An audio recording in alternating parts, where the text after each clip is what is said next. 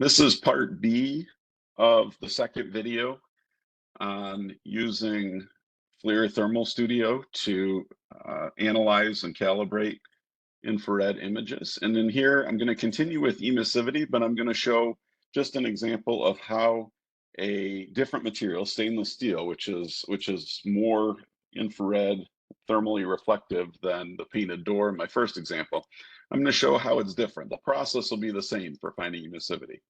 So I'm going to open it up and I'm going to get rid of my spot here. And you can see in my picture at the top right, it's just it's a stainless steel surface. I've put tape on it and I've got it on. Now, just in this image alone, you can see there's a lot of it looks like temperature differences, but these are reflections because of the low emissivity means that the surface has high reflectivity. And what we're reflecting here, I believe, is a window from across the room. So you can see my tape is kind of in the corner of this reflection here, this hot spot. If I kind of draw, a square, you can see what I'm talking about. So I'm going to compare, the tape, which is in this reflection, to the area that's not, to the area that's in the reflection but doesn't have tape on it. Now, those are going to be the most similar in terms of the infrared energy that is hitting that surface. So just a few things. Our camera was set to an emissivity of 1. Remember, the reflected temperature, if you go back to our first video, should be 78.1, so I'm going to put that in. Distance was about 3 feet again. It was about 68 degrees in the room. We aren't using external optics, so that's 1. And if this is 100%, the external optics, it doesn't matter what temperature is there because it's not going to have an effect. And then relative humidity, about 50%. We'll just leave that how it is. And so now I'm going to go ahead and put my first measurement box on there. And this is to find the average temperature of the tape, again, with that known emissivity of 0.95. And I'm going to be careful that my box does not include any non-taped. And there's a couple little areas right over here.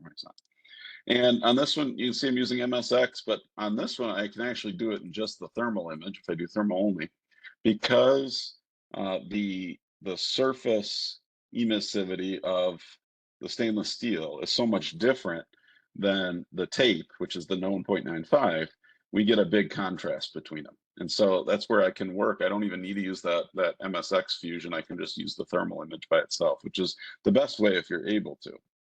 So I'm going to make sure I'm only on the tape, which is the darker area here.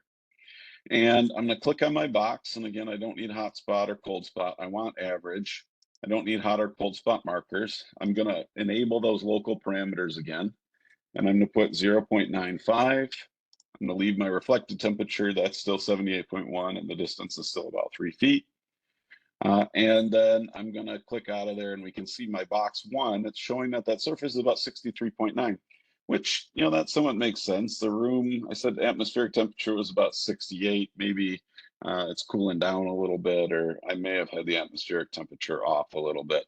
But, we'll say this is 63.9 degrees here.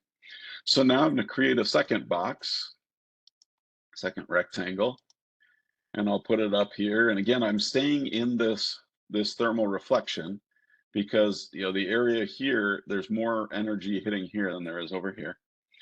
So I've created a box. I'm staying in my area of thermal reflection, and again, I don't need hot or cold. I'm going to leave average on, and I don't need hot or cold markers. And this one I'm going to use local parameters, so I'm not going to, I'm going to use global parameters, so I'm not going to turn on use local parameters.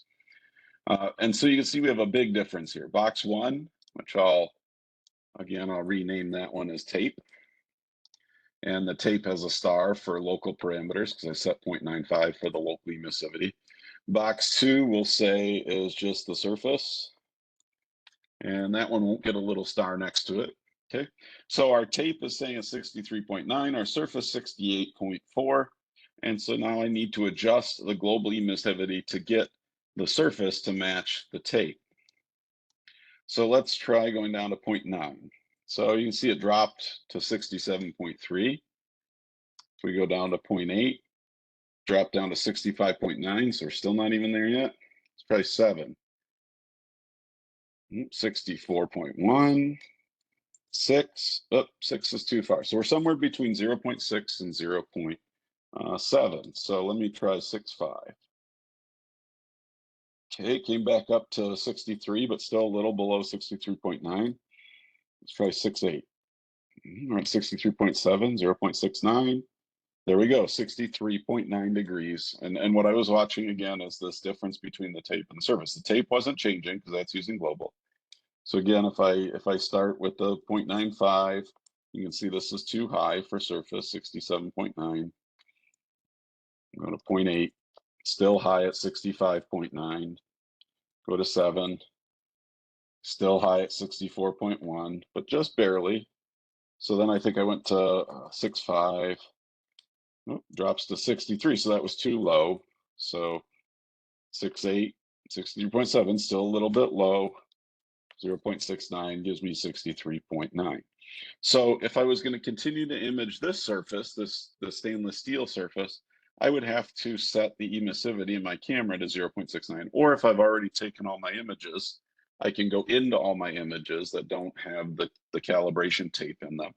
And I can put in the emissivity of 0.69. And then also remember, we have our reflected temperature of 78.1. So that wraps up this. In the next video, we'll start doing some thermal tuning and analysis.